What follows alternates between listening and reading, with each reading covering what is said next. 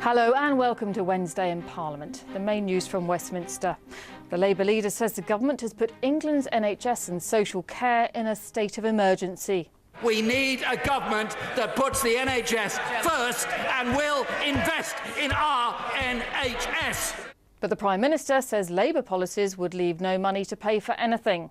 That doesn't help doctors and nurses, it doesn't help patients, it doesn't help the NHS, and it doesn't help ordinary working families up and down this country. Also on the programme, the local government secretary says he understands only too well the pain caused by increases to business rates. Growing up above the family shop, I saw for myself the impact an increase in rates can have on small businesses. A rise in costs lowered the mood of the whole family.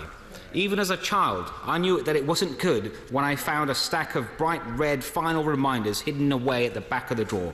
A fortnight ago, the Labour leader Jeremy Corbyn sprang a surprise on Theresa May at Prime Minister's questions. He read out leaked text messages which, he said, indicated the government had offered Surrey County Council a special deal to fund social care. His remarks were widely reported and the Department for Local Government spent the day rejecting the assertions. At the latest session of PMQs, Mr Corbyn returned to the same territory, saying that the government had put health and social care in a state of emergency. Her friend, the Tory chair of the Local Government Association, Lord Porter, has said, and I quote, "Extra council tax income will not bring in anywhere near enough money to alleviate the growing pressure on social care." 2 weeks ago, we found out about the sweetheart deal with Tory Surrey. When will the other 151 social services departments in England get the same as the Surrey deal? Prime Minister. The Right Honourable Gentleman refers to the questions he asked me about Surrey County Council 2 weeks ago.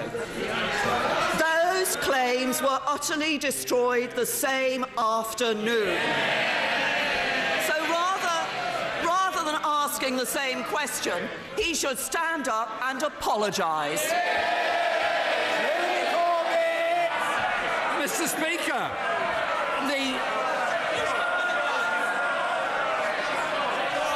Speaker, far from apologising, it's the Prime Minister who ought to be reading her correspondence and answering the letter from 62 council leaders representing social services authorities who want to know if they're going to get the same deal as Surrey as they are grappling with a crisis which has left over 1 million people not getting the social care they need. Theresa May insisted it was her Conservative government that was putting extra funding into the NHS. I remind the Right Honourable Gentleman that we are spending £1.3 billion more on the NHS this year than Labour planned to do if they'd won the election. Let's just look at what is happening in the NHS. We have 1,800 more midwives in the NHS since 2010.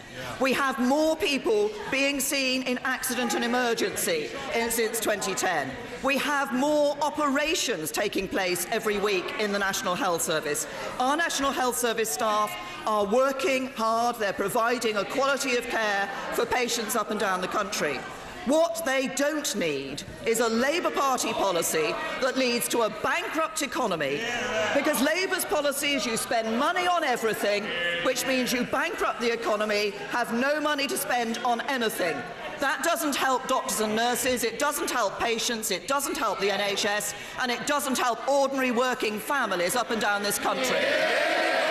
Her government has put the NHS and social care in a state of emergency. 9 out of 10 NHS trusts are unsafe. 18,000 patients a week are waiting. Mr. Speaker, I repeat the figure. 18,000 patients a week are waiting on trolleys in hospital corridors. We need a government that puts the NHS first and will invest in our NHS. First of all, I have to say to the Right Honourable Gentleman that he should consider correcting the record, because 54% of hospital trusts are considered good or outstanding, quite different from the figure that he has shown. Secondly, I will take no lessons on the NHS from the party. The Deputy Leader of the Labour Party says we should take lessons from the NHS.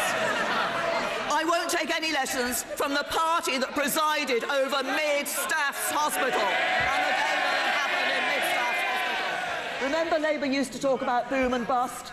Now it's no longer boom and bust, it's borrow and bankrupt. Representatives of international children's charities have strongly criticised the decision to wind down the scheme to give sanctuary to lone child refugees. The government says the arrangement is acting as an incentive for children in war zones to make dangerous sea crossings to Europe.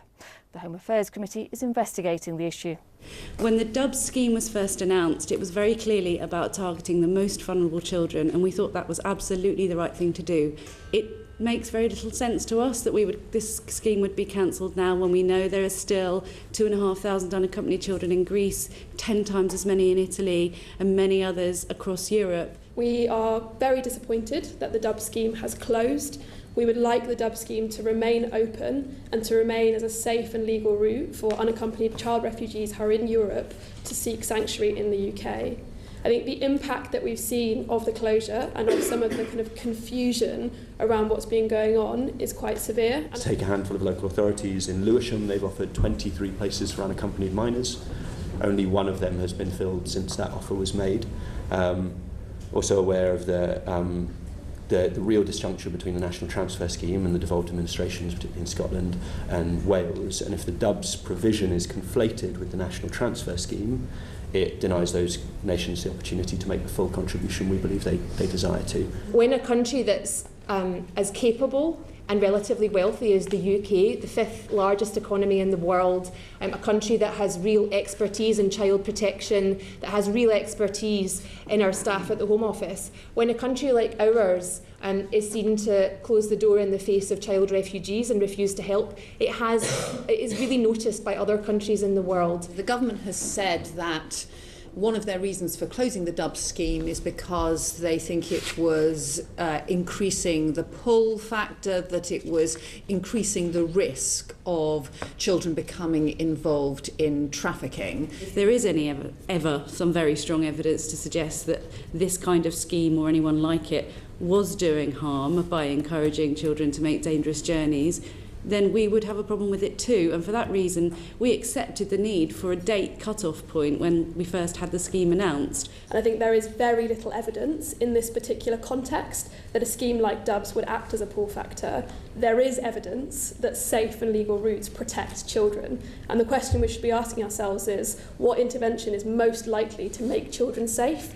And we have evidence that a route to safety is that intervention. So that's what we should pursue. Mr Gabriel, you spoke earlier on, and forgive me, I didn't make enough detailed notes about what capacity you felt that there was within local authority, because unfortunately it tends to contradict what we're told when local authorities tell us that they don't have the capacity, they already have children in care that they need to find homes for.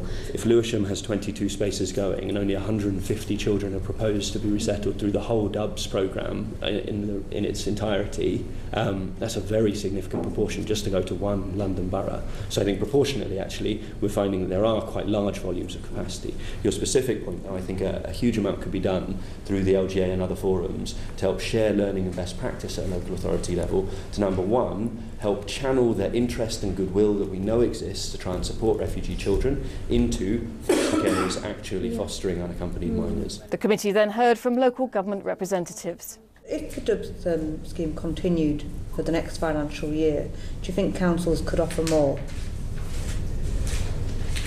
That's, on behalf of LGA, I think we've all been very clear that support is contingent upon resourcing, and the concern we all have is that councils around the country are under pressure, differing degrees of financial pressure, and therefore want to know that a commitment to taking in a refugee child does not then mean they can't meet the responsibility to another child in the local area or indeed in respect of adult social care. So I think that message has been very clear. The UK's former ambassador to the European Union has warned MPs that the EU will want to play hardball with the UK over Brexit and could refuse to strike a free trade deal unless the UK contributes to the Brussels budget. Sir Ivan Rogers, who quit in January, was making his second appearance this year before a Commons committee. The budgetary issue now comes to the fore, and I think we can expect a number of them to think, well, if the British want a future trade deal and they want some form of transitional arrangement before a future trade deal, all big ifs, then this will come together at some gory European Council in the autumn of 2018, and it will come together with the money equation. And there will be some who will want to play hardball and say, well, absent British money over a transitional period, why the hell should we give them any trade deal? I'm not saying that's a majority view. I wouldn't be in a position from my discussions before Christmas to know exactly where people will come out on that. It was very early days there, pre-Christmas. All I was conscious of from all the discussions I was having with opposite numbers was there was a hell of a lot of work going on in the undergrowth to examine the implications of UK exit on the budget. Sir Ivan also said that the EU was unlikely to agree specific deals for certain industries. They will be very loath to have individual sectoral deals done legally and ratified unless it's all agreed. The age-old Brussels mantra, nothing is agreed until everything is agreed. They will think, rightly or wrongly, that we'll care passionately most about financial services, maybe about automotive, and therefore unless and until they've got other things that they want out of us on various other areas, which may include money, they ain't going to sign on the dotted line on a full-blown equivalency agreement on financial services, which gives us what we're...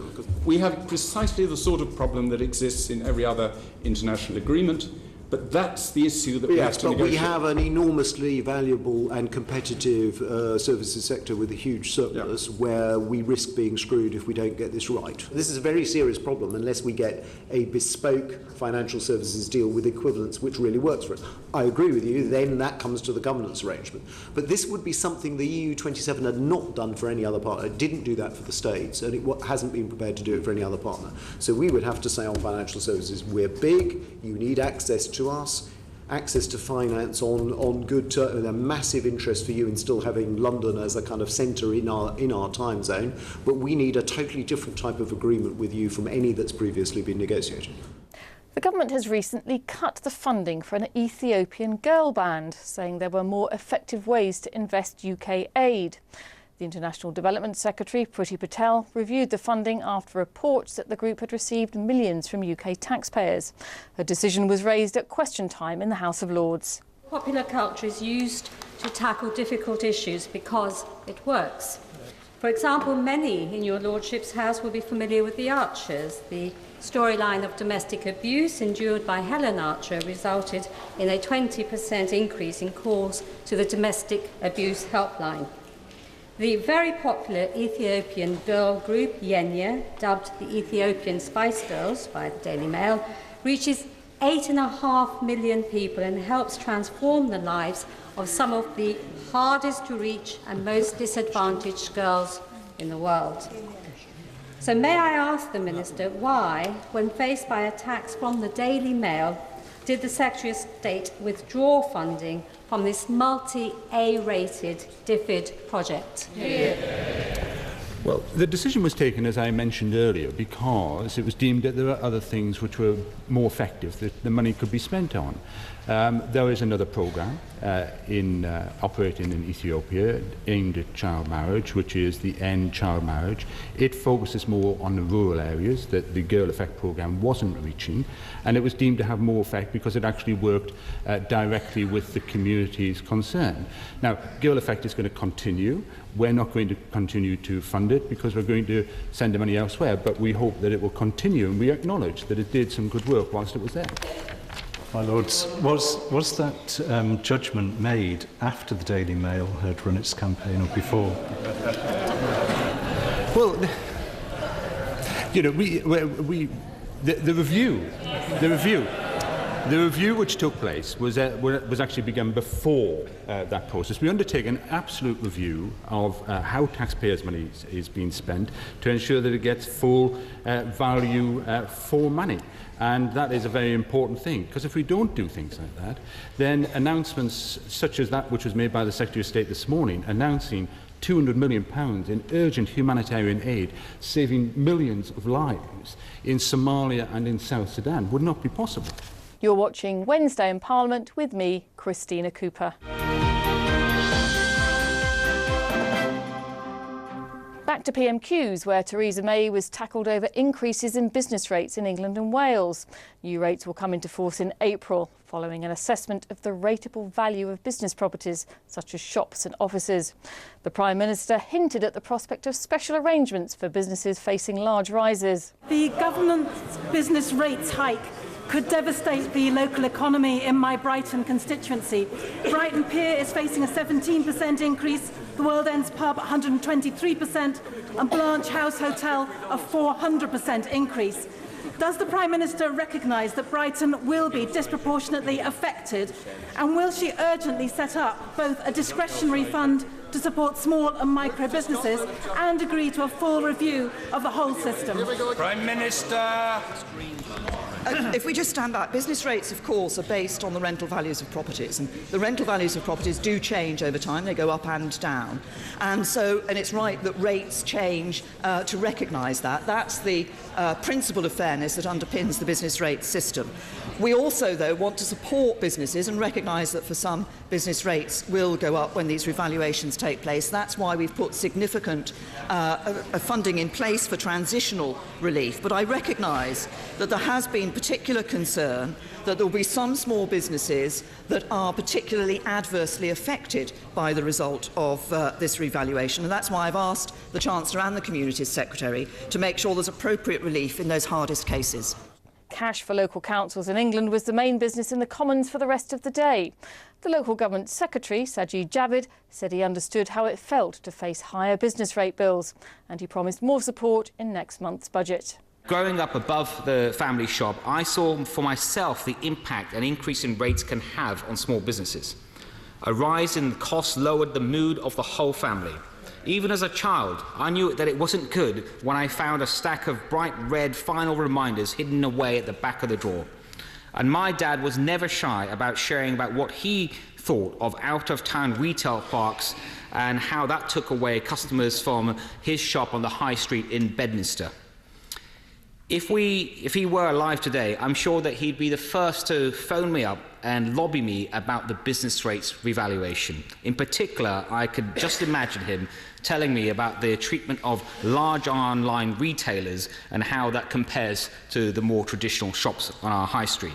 For most businesses, 3/4 of them in fact, the amount that they'll end up paying will go down or stay the same. And as I said, for 600,000 small businesses, they are being lifted out of business rates altogether permanently.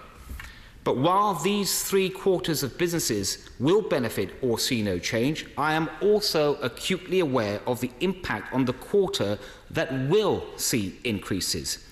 If your rates are going up, it's no consolation to hear that others will be going down. He said more needed to be done to make the system fairer. I'm working closely with my right honourable friend, the Chancellor, to determine how best to provide further support to businesses facing the steepest increases. We expect to be in a position to make an announcement at the time of the budget in just 2 weeks' time. Labour said the local government secretary had had a rough week.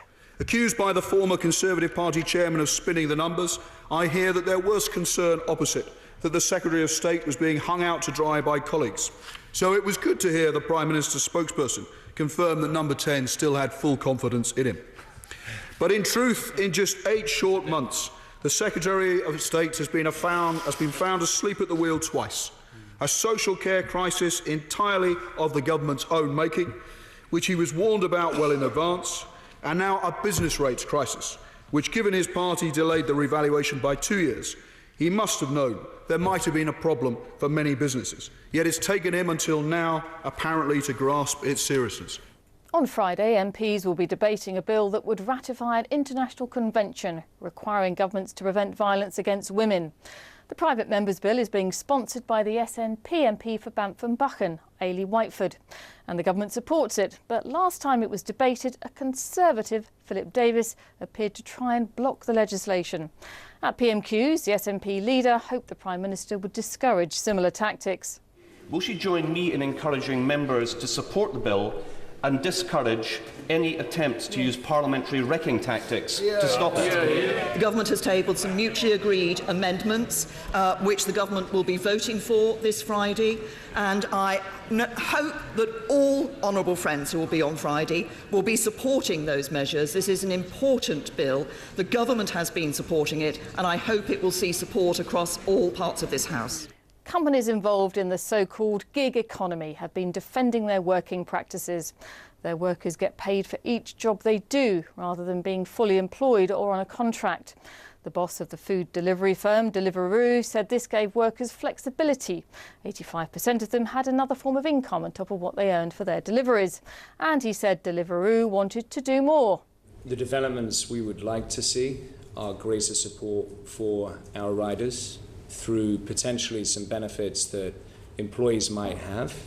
That's not for us to determine, that's for government to determine that legislation, but certainly we are very supportive of the idea that if you have certain riders who work longer hours, perhaps they should be entitled to benefits. The riders who work fewer hours don't get. Can I just really interrupt on that? I'm sitting on my hands here and zipping it in I'm sorry, but no, and I've been busting to say this for a while. If any of you are employing people who are approaching 30 hours and you're talking about national living wage, it is not national living wage, because these people are not getting sick, maternity, paternity, holiday, everything.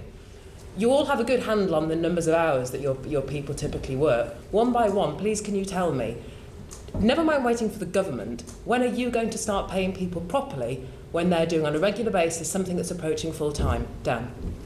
So for an individual that's working 30 to 40 hours, they still have a significant degree of flexibility. The way that it works is they provide to us their availability, which we then match to the hours that we have available according to consumer demand.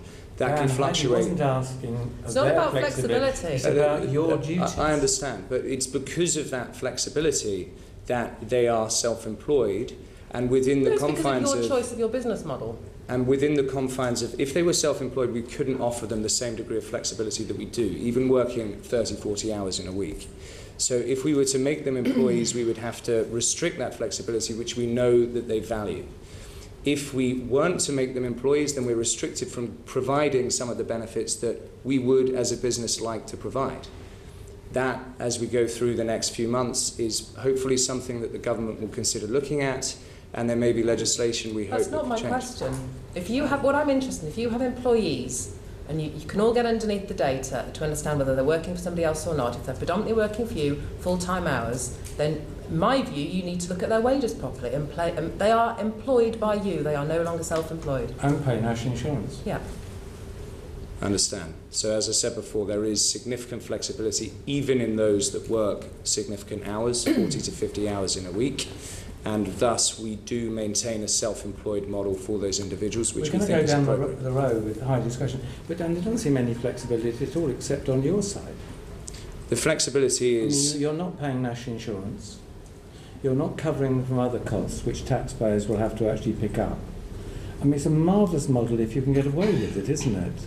Dan Warren restated Deliveroo's position. What we would like to do is offer benefits to the entire fleet in order to protect them when they're out on the road. It's not for us, as I say, to stipulate what that looks like, and with a self-employed model we can't offer those by the current letter of the law. So legislation would need to change. If the government wanted to ask us our thoughts on that, of course we welcome that. What I mentioned previously about the national living wage, particularly in light of such a high degree using the fee per delivery scheme with Deliveroo, is we cannot offer that amount of flexibility to those riders if we're forced to pay a given wage in a given hour to every single rider. We would have to restrict, as I said before, the number of riders who log in. We'd have to restrict their earning capacity during peak, which does not tie into the flexibility we know that they want. So you're only prevented, well, you're prevented because of people's wishes not to be employed by you, you say. but also because they have freely opted for self-employment. They have freely opted for self-employment, usually because they are doing this alongside something else. 85% have an ancillary income stream, they have other commitments. Deliveroo is ideal to build some extra money around those other commitments. And finally, finger-pointing, fist-shaking, thumping on the dispatch box. The Commons is a good place to witness expressive gestures. But the Deputy Labour leader, Tom Watson, may be the first MP to perform what's known as a dab in the chamber. He was sitting on the front bench celebrating one of Jeremy Corbyn's contributions at Prime Minister's Questions. Invest in our NHS. The dab is a celebratory move that grew in popularity after being performed at an American football match. Let's have another look at Tom Watson's technique. He says he's been practising with his children. Invest in our NHS. Think I'll need a bit of practice before I perform my dab move. Well, that's it from Wednesday in Parliament. I'll be back at the same time tomorrow. Until then, from me, Christina Cooper, goodbye.